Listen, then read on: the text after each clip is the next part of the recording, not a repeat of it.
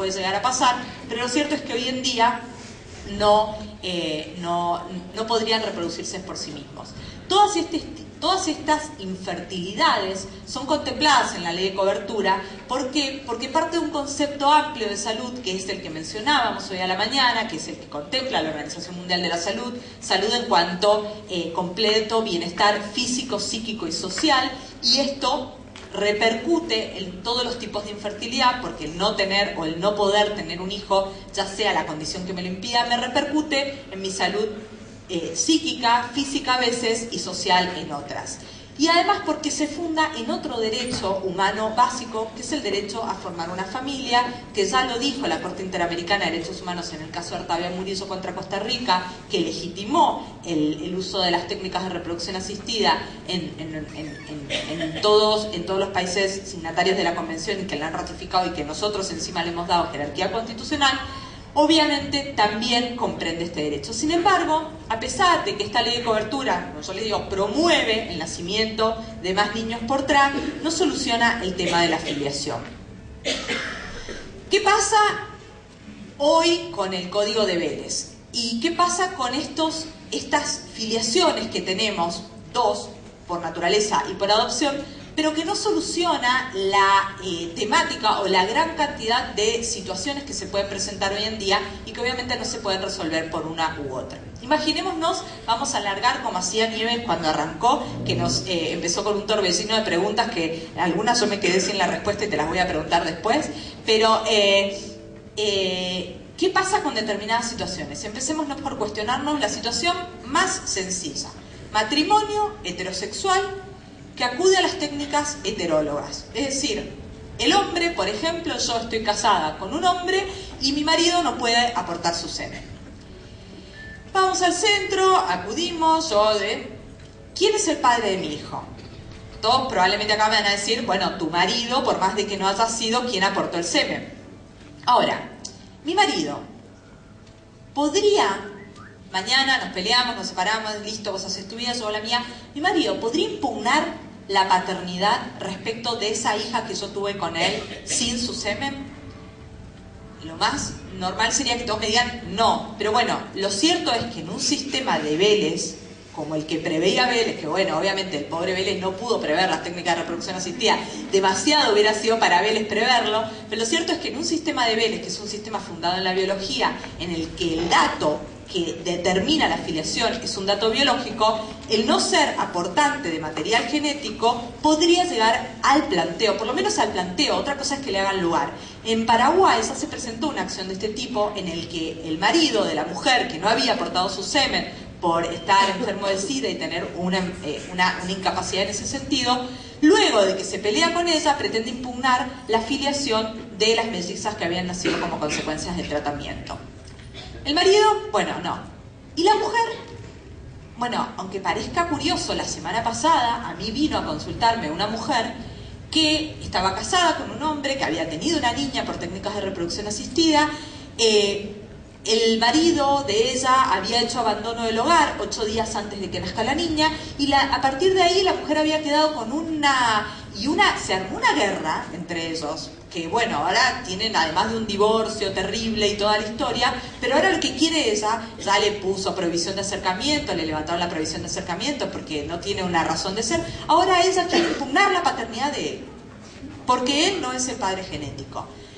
Entonces, bueno, más allá de toda la catarsis y todo lo que hizo esta mujer, yo le tenía que explicar que más allá de que en el sistema hoy vigente no tiene legitimación activa y que bueno, que ya incluso ya no tiene plazo y que bueno, tendría que plantear un montón de otras cuestiones, lo cierto es que este hombre quiso ser el padre, quiere ser el padre, es el padre, y lo que estaría haciendo ella al pretender impugnar esta paternidad es una cuestión abusiva y especuladora de un régimen legal que no resuelve una situación que se fundó en otra causa, que no es el vínculo genético, sino la voluntad procreacional.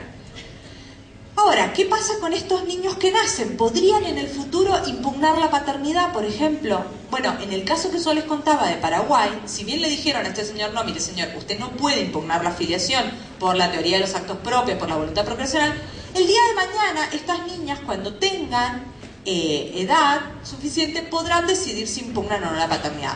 Lo cual también pone en evidencia que no se entiende del todo el sistema, porque los niños nacidos por trans no tienen doble chance. O sea, si tienen una filiación fundada en la voluntad procreacional, se fundó en la voluntad procreacional y no pueden impugnarla porque no exista vínculo genético, porque si no estamos generando una especulación doble, que significa que no estamos entendiendo por dónde viene el sistema. Pero ahora, independientemente de todos los conflictos que se puedan presentar en lo que es lo más frecuente, digamos, vamos a un matrimonio de dos mujeres que usan el semen de un tercero. Obviamente, yo estoy casada con Nieve, no tenemos semen, por lo menos no hasta el día de hoy, pero puede que el día de mañana sí, porque existen, hay muchos avances en materias de que a partir de células somáticas se está generando semen u óvulos. De hecho, hay un estudio publicado hace unos meses en la revista Nature que dice que de una célula somática de una ratona generaron óvulos y luego los fecundaron in vitro, se los implantaron a la ratona y nacieron ratones. Es decir, a partir de una célula, por ejemplo, le saco una célula de la piel a Nieve y generamos óvulos y generamos semen, que es lo que no tendríamos, lo fecundamos con mi óvulo y hacemos un embrión con una célula somática de Nieve. Estaría buenísimo porque Nieve y yo seríamos aportantes del ADN, pero hubiéramos generado un óvulo que no sería de células gaméticas concretamente. Pero bueno, lo cierto es que hasta ahora eso todavía es en ratones. Veremos qué pasa en humanos, pero hoy, hasta el día de hoy, necesitamos un varón que nos preste su semen. Yo, por ejemplo, usamos el semen de un donante y yo me implanto el óvulo creado con el semen del donante, pero el óvulo de Nieve, porque digo, yo voy a aportar la gestación, vos aportás el óvulo, a lo que pasa frecuentemente en parejas de mujeres a los efectos de compartir entre las dos. ¿Es más caro? Sí, es más caro porque necesitamos un in vitro, del otro podríamos tener una inseminación artificial, pero se suele hacer. Yo, que doy a luz, ¿soy madre? Aunque no lo soy genéticamente. ¿Se aplica esto de que la madre siempre es cierta? ¿Y se podría impugnar mi maternidad?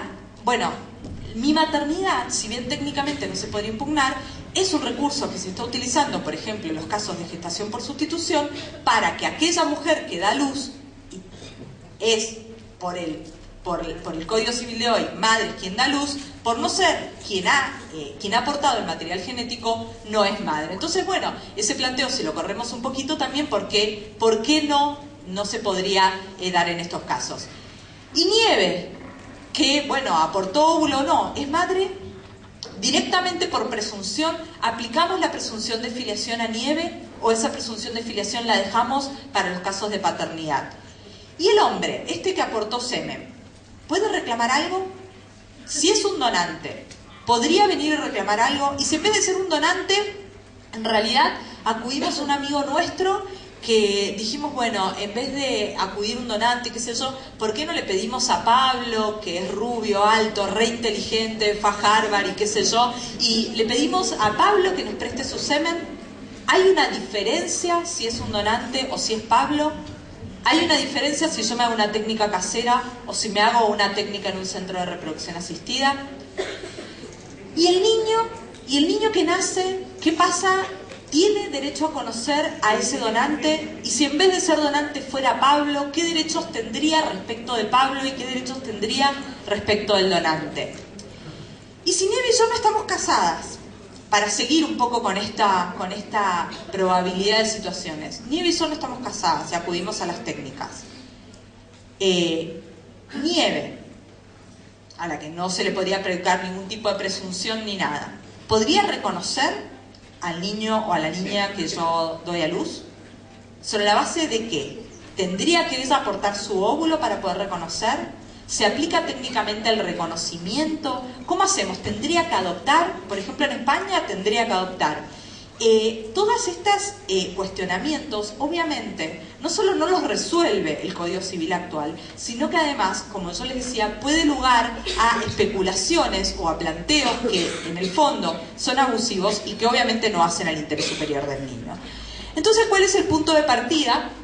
No sé por qué se desfasa, pero bueno, no importa. Esto de que hay que distinguir tres elementos: lo genético, lo biológico y lo voluntario, algo que venimos diciendo hace ya mucho tiempo. En la filiación por naturaleza, los tres elementos están siempre en la misma persona. Acá puede haber que sea un tercero quien aporta lo genético, entonces ya no tenemos ese fundamento que me generaba la filiación por naturaleza. Ya perdemos la biología que me generaba el vínculo. Entonces, al no tener biología, necesito otro elemento que me determine la filiación. Y el único elemento que está siempre y en todos los casos detrás es la voluntad procreacional. Es decir, el querer ser padre o el querer ser madre, que es lo que se traduce en la causa fuente. Entonces, yo genero todo un tercer tipo de filiación sobre la base de una causa fuente diferente. Yo no, o sea, el legislador que planteó el Código Civil, pero yo estoy hablando en realidad. No importa, me explico. Tercer tipo de filiación. Se introduce un tercer tipo de filiación que se suma a la naturaleza y a la adopción, cuya regla, la regla básica, es la igualdad. Todas las filiaciones producen los mismos efectos en el Código Civil y Comercial. Esto no cambia, no es que yo haya nacido por una... voy a tener... Todas las filiaciones producen los mismos efectos. ¿En qué se funda? En la voluntad procreacional, independientemente del dato genético. Así como en la filiación por naturaleza, en la que yo tuve relaciones sexuales y aporté lo biológico, soy padre, independientemente de si yo he querido o no, y por ende ya aporté lo necesario, en la filiación por TRA, yo soy padre o soy madre cuando presté ese consentimiento, independientemente si he prestado o no el aporte de material genético. ¿Se entiende? Es exactamente lo mismo, nada más que con una causa fuente diferente. Pero ¿cómo es la forma de este consentimiento? Porque está bien, yo tengo un consentimiento, tengo una voluntad, tengo un querer ser padre, tengo un querer ser madre, que se tiene que traducir en lo concreto, en una forma que tiene que ser segura, porque es lo que en definitiva a mí me va a determinar la filiación. Esta forma es doble. Por un lado se exige un consentimiento médico, es decir, yo tengo que ir a un centro de reproducción asistida. Estas técnicas caseras que yo les explicaba antes, no van a tener efectos en nuestro código, no van a tener los efectos que sí tendría la técnica cuando yo recurro a un centro médico. Es decir, esto que hacen muchas veces las parejas de mujeres o las parejas heterosexuales, cuyo único problema es que no tiene, el semen del marido no funciona y utiliza un semen de un tercero de una manera casera, con una jeringa, se conserva a temperatura ambiente, es decir, el hombre eyacula y el semen se conserva a temperatura ambiente, y si en un determinado tiempo con una jeringa se utiliza ese semen, no hay problema. Es lo mismo que una eyaculación normal, nada más que con semen de otra persona. Esa técnica casera no va a producir los mismos efectos. ¿Y por qué? Por un lado, por razones médicas, porque yo tengo que, perdón que hablo en primera persona, pero en realidad es porque me figuro más así. Yo tengo que estar segura de que ese semen, en los efectos posibles, no va a estar contaminado, no va a ser portador de enfermedades terribles, pero además, por otra razón, por otras dos razones muy claras. En primer lugar, por razones de identidad. Porque cuando yo acudo a un centro, yo me garantizo el acceso a la identidad del donante, con las limitaciones que vamos a ver enseguida, pero yo lo garantizo. Y en tercer lugar, porque cuando yo acudo a las técnicas caseras, generalmente la persona es una persona conocida, y genera algunos líos, o puede generar algunos líos, como vamos a ver enseguida. Pero este consentimiento no solo tiene que ser médico, sino que además, porque confiamos en los médicos, este consentimiento se tiene que certificar o se tiene que protocolizar. Es decir, yo tengo que ir a un escribano o tengo que ir a la autoridad sanitaria correspondiente que fijará la ley especial a los efectos de que este consentimiento me certifique que ese niño que nació, efectivamente nació por un tratamiento de TRA que se hizo y que dejó embarazada a tal mujer y que tal y tal y tal. Ese consentimiento protocolizado o certificado es lo que yo tengo que acompañar y es lo que a mí me va a determinar la filiación en el registro civil. La regla, si lo decimos a grandes rasgos, es que en todos los casos en los que yo acudo a las TRAC, la filiación se determina por el consentimiento independientemente del aporte genético. Y por ende, si yo presté este consentimiento, no voy a poder impugnar esa filiación. Es decir, a mí este consentimiento prestado y llevado al registro civil es lo que me garantiza que, a pesar de no tener aporte genético, porque yo lo fundé en la voluntad procreacional y yo acudí a las TRAC, tengo una filiación inimpugnable. ¿Sí? Eso es, en definitiva, a grandes rasgos, lo que viene a ser esta nueva filiación que incorpora el Código Civil y Comercial. Pero, como yo les decía, esto de las distintas infertilidades ha llevado también a la necesidad, no de especificar, porque en definitiva sigue siendo la misma lógica la que se aplica, pero sí la necesidad de aclarar en las distintas formas de familias qué pasa cuando se acude a las técnicas de reproducción asistida. Cuando tenemos a familias homosexuales, tenemos obviamente parejas de mujeres y parejas de hombres. Cuando tenemos parejas de mujeres, tenemos que distinguir aquellas que se casan y aquellas que no se casan, como lo hacíamos antes cuando yo les explicaba el ejemplo de Nieves. Si nosotras nos casamos, en Argentina teníamos una situación bastante particular, porque antes de la 26618, cuando se sanciona la 26618, la Ley de Matrimonio Igualitario, en el artículo 36 dice que el niño de parejas de distinto sexo va a ser inscripto con el nombre y apellido de la madre y de su cónyuge. Cuando decía que sea inscripto con el nombre y apellido de la madre y de su cónyuge, decíamos, bueno, si puede ser inscripto con esto, entonces es porque es hijo de la madre y de su cónyuge. Tiene doble vínculo filial.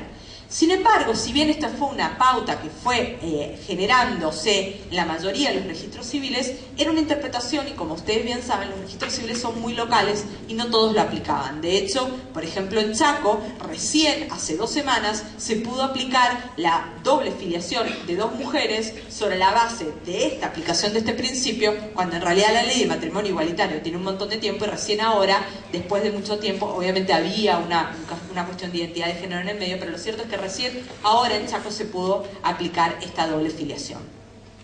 ¿Qué pasaba? Antes de la 26618 en nuestro país teníamos alrededor de 500 niños que habían nacido con un vínculo de 2 mujeres, pero sin vínculo jurídico con las 2 mujeres. Es decir, Nieve y yo habíamos tenido un hijo antes de poder casarnos y por ende el hijo era mío, pero con Nieve no tenía ningún tipo de vínculo jurídico, a pesar de que era tan madre como yo. Entonces, ¿qué se hace? Se sanciona un decreto de necesidad de urgencia que viene a remediar esta situación y que permite completar el acta respecto de todos los niños que habían quedado sin un vínculo filial. ¿Qué pasa o qué va a pasar cuando entre en vigencia el nuevo Código Civil? Se extiende la presunción de filiación. Esto que antes conocíamos como presunción de paternidad, ahora es una presunción de filiación. El niño o la niña nace dentro de un matrimonio, inmediatamente tiene doble vínculo. Nace en un matrimonio heterosexual, tiene vínculo con el papá y con la mamá. Nace en un matrimonio homosexual, tiene inmediatamente vínculo con las 2 mamás. Es decir, si yo soy un matrimonio con Nieve, acudimos a las técnicas de reproducción asistida, vamos a inscribir a nuestra hija como hija nuestra sobre la base de la presunción de filiación. Además, vamos a acompañar el consentimiento médico que hicimos porque acudimos a las TRAC en un centro médico, y esa filiación es inimpugnable. Nadie la va a poder cuestionar. Ahora, Nieve y yo decidimos que en realidad, en vez de acudir a las TRAC, yo tengo relaciones con Juan porque no me molesta, o porque en realidad decimos, bueno, a ver si, ¿por qué? ¿Qué es lo que pasa? Y pasa mucho también, porque no hay por qué meterse en la intimidad de cada familia, y de hecho, en parejas homosexuales es también algo que sucede. Nieve y yo podemos inscribir a la hija que yo tengo como hija nuestra sobre la base de la presunción de filiación. ¿Cómo la podría inscribir si en realidad, en vez de con Nieve, yo estoy casada con Pepe y tuve relaciones con Juan? Se presume que es hijo de Pepe, porque estoy casada con Pepe. Ahora, Juan, sea que yo esté casado con Pepe o que esté casado con Nieve, va a poder impugnar esa filiación porque él es el padre biológico. Y porque yo en este caso, a pesar de estar casada con una mujer, que es lo que genera la presunción de estar casada con un hombre, hay una filiación por naturaleza, porque lo que yo hice en este caso es tener relaciones sexuales. ¿Está claro? Ahora, si yo con Nieve acudimos a las técnicas caseras, y bueno, le pedimos a un amigo o buscamos semen en un centro y en realidad en vez de acudir a un centro médico o lo que sea, nos inseminamos en la intimidad y nosotras y qué sé yo, voy a poder inscribir a mi hijo como hijo mío y de Nieve porque se aplica la presunción de filiación. Ahora, si en realidad este semen no era por unas técnicas de reproducción asistida, sino que se lo pedimos a Pablo porque yo les conté que era rubio, alto y de Harvard, bueno, esa filiación no es inimpugnable, sí se puede cuestionar. Pablo, por ser una persona conocida, que no fuimos a un centro, por ser una persona... Bueno, el día de mañana podría generar algún planteo. Como vamos a ver, generó y puede generar, más sobre todo cuando tenemos en cuenta que existen o pueden existir triples filiaciones. Entonces, ¿qué quiero decir con esto? Puede que Pablo el día de mañana quiera venir a impugnar. Técnicamente podría. Que el juez haga lugar o no será un criterio que se valorará en ese caso. Pero en el derecho comparado, por ejemplo, ya han dado lugar y se ha hecho lugar a planteos de alimentos por situaciones así. Parejas que hemos recurrido, en vez de a un centro médico y hacer las cosas como la ley nos dice que la tenemos que hacer para que sea segura, se lo hemos pedido a un amigo. Bueno, ese amigo, que en principio era amigo, pero que después ya no, tuvo que pagar alimentos para el niño o la niña que nació, ¿sí? ¿Qué les quiero decir con esto? Que en realidad el código facilita ciertas cuestiones, pero también determina cuándo las cosas son seguras. Yo no digo que esto no pueda seguir evolucionando y que se pueda seguir mejorando y que quizás el día de mañana tengamos que perfeccionar o cambiar ciertas cosas. Lo que digo es que las cosas son permitidas de una manera que asegura ciertas cuestiones y que la seguridad la tenemos cuando cumplimos con ciertos requisitos. ¿Qué pasa si no nos casamos? Bueno, hoy, si no nos casamos, tenemos planteos judiciales porque los registros en general no están permitiendo inscribir al hijo como hijo de dos mujeres si esas dos mujeres no están casadas. Luego del Código Civil, cuando entre en vigor por fin y de una vez por todas, ¿qué va a pasar? Lo que en realidad está quedando más un hueco en este momento, que es el caso de parejas de dos mujeres. Nosotras, Nieve y yo, acudimos a un centro médico, las dos prestamos el consentimiento, vamos con ese consentimiento y perfectamente vamos a poder inscribir al niño como hija de las dos porque tenemos ese consentimiento a nombre de las dos. Obviamente eso no lo vamos a poder hacer si acudimos a una técnica casera, porque no vamos a tener este consentimiento que me va a determinar la filiación, así como yo tampoco lo tendría si acudo a una técnica casera con Pepe, ¿sí? Pepe tampoco podría inscribir a ese hijo que en realidad es hijo genético de otra persona, porque eso sería un reconocimiento complaciente que no se puede hoy ni se podrá mañana, ¿sí? Seguimos. Parejas homosexuales de dos mujeres, parejas homosexuales de dos hombres o hombres solos. Hoy en día, o por lo menos hasta donde ha avanzado la ciencia, no se han generado los úteros artificiales, van en camino, he leído algunos estudios que dicen que tiburones están funcionando. Sí, bueno, sí ha funcionado el trasplante de útero, esto que mujeres que no pueden gestar y se les ha trasplantado a mujeres que no tienen útero, que han nacido sin útero o que se les ha hecho una histerectomía, se les ha trasplantado el útero y algo que era bastante experimental, el médico que lleva a cabo este trasplante de útero ya ha logrado el nacimiento de 5 niños a través del trasplante de útero. Es todavía un tema delicado, pero el trasplante de útero se viene a presentar como una especie de alternativa a la gestación por sustitución a aquellas mujeres que no pueden gestar respecto de problemas médicos por no tener útero. Pero es un universo limitado, porque la gestación por sustitución también viene a facilitar la posibilidad de tener hijos genéticos a aquellos hombres solos o a aquellas parejas homosexuales de dos hombres que necesariamente necesitan de un cuerpo biológico femenino para que geste el niño o la niña y dé a luz. ¿Qué pasó? En la ley de cobertura tenemos dos grandes posturas, una postura más amplia que es la de Andrés Gil Domínguez, que dice que, como yo les contaba, esta es una ley muy amplia, igualitaria, que permite el acceso a todos. Entonces, bueno, si es a todos, a las parejas homosexuales de dos hombres también, y que por ende la tendrá que cubrir.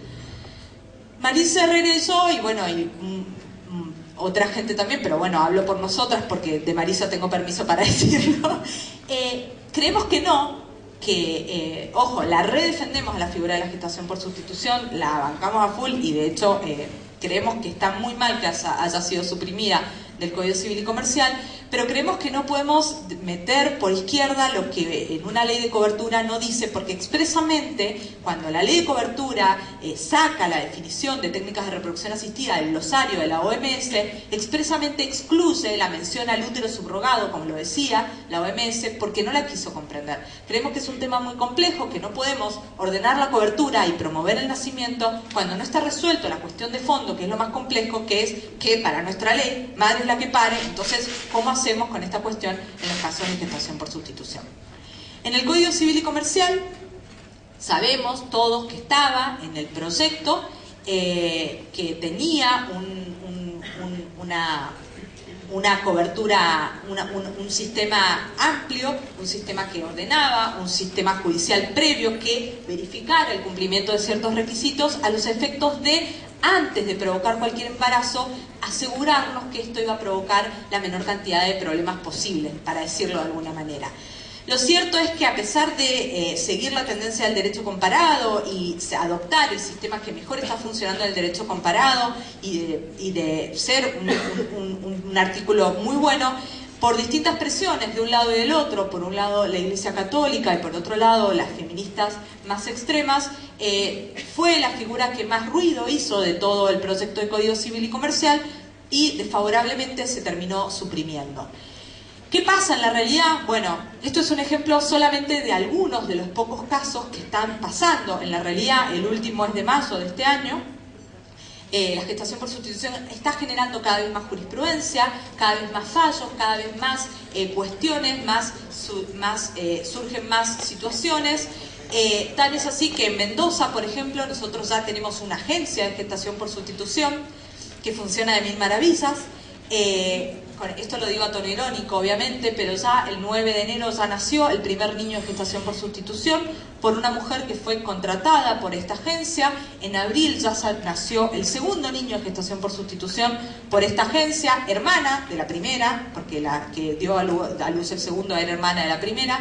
En situaciones, estas mujeres en situaciones de vulnerabilidad muy grande. Yo no subestimo, en ningún caso voy a subestimar la capacidad de consentir de una mujer, pero sí es cierto que si en esto yo no regulo, yo no pongo reglas claras, entonces también termino siempre desfavoreciendo al más débil, porque en estos procesos de gestación por sustitución de Mendoza hicieron tanto ruido, pero tanto ruido, y más que la agencia de gestación por sustitución estuviera en el medio, hizo tanto ruido, que los fiscales terminaron imputando a la gestante por tornar incierto el estado civil de una persona. Obviamente, luego de varias charlas con los fiscales que intervenían en el caso, terminaron levantando la imputación a la gestante, pero ¿qué les quiero decir? Que esto no solo favorece el chiringuito de los que especulan con la falta de regulación legal, que es una cuestión ética bastante importante, sino que en definitiva, si lo que nos preocupa es el interés superior del niño, entonces hagamos una regulación que nos permita contemplar este interés superior del niño desde el inicio, porque hasta ahora los casos de gestación por sustitución vienen saliendo relativamente bien y la jurisprudencia viene resolviendo muy bien. De hecho, ninguno de los casos que ha resuelto la jurisprudencia se ha apelado. Es porque todos están de acuerdo con que tiene que ser así. Ahora, un caso va a salir mal y yo los quiero ver a todos. Un caso en el que el niño que nazca tenga síndrome de Down o nazca con algún tipo de deficiencia y los comitentes se borren, ya pasó en Tailandia, ya pasó en Panamá, ha pasado en un montón de países. Entonces, seamos coherentes y no hagamos como el avestruz de meter la cabeza porque no quiero ver algo, cuando en realidad la realidad nos muestra de que la gestación por sustitución es una práctica muy frecuente y que obviamente la única solución es regularla. Familias trans por TRAL, hablábamos hoy a la mañana, esta maravillosa ley de identidad de género que tenemos y que nos ha permitido este reconocimiento de derechos humanos sobre la base de la identidad y que, como vimos también, no exige una operación de resignación sexual, por ende cada vez son más las familias trans que se animan a tener hijos. Las que superan ese umbral de 33 años de promedio de vida, cada vez son más las familias, por ejemplo en Estados Unidos o en Ontario, en Canadá, que se están animando a la maternidad o a la paternidad. ¿Qué nos revela esta ley de identidad de género y qué nos interpela a empezar a pensar? que ni todas las personas embarazadas son mujeres, ni todos los espermatozoides que fecundan un óvulo pertenecen a un hombre. Hoy nos estamos obligando a pensar maternidades y paternidades independientemente de cualquier función biológica o aporte genético. En Argentina ya tenemos casos, de hecho hubo el caso de Alexis y de Karen, este matrimonio trans, ambos cambiaron su identidad de género y Alexis dio a luz a Génesis Angelina, se sometieron a la indagatoria de Susana Jiménez, por ende si quieren, digo se sometieron porque es textual, las cosas que les dijo Susana Jiménez son barbaridades. Si uno va a llevar un caso a la televisión, basta de mostrar a las personas trans como la mujer barbuda del circo, no tiene nada que ver y no es para nada respetuoso. Alexis y Karen acudieron al programa de Susana Jiménez porque Karen hasta 3 meses antes de que naciera Génesis Angelina se había tenido que prostituir porque no tenían otro medio de vida, entonces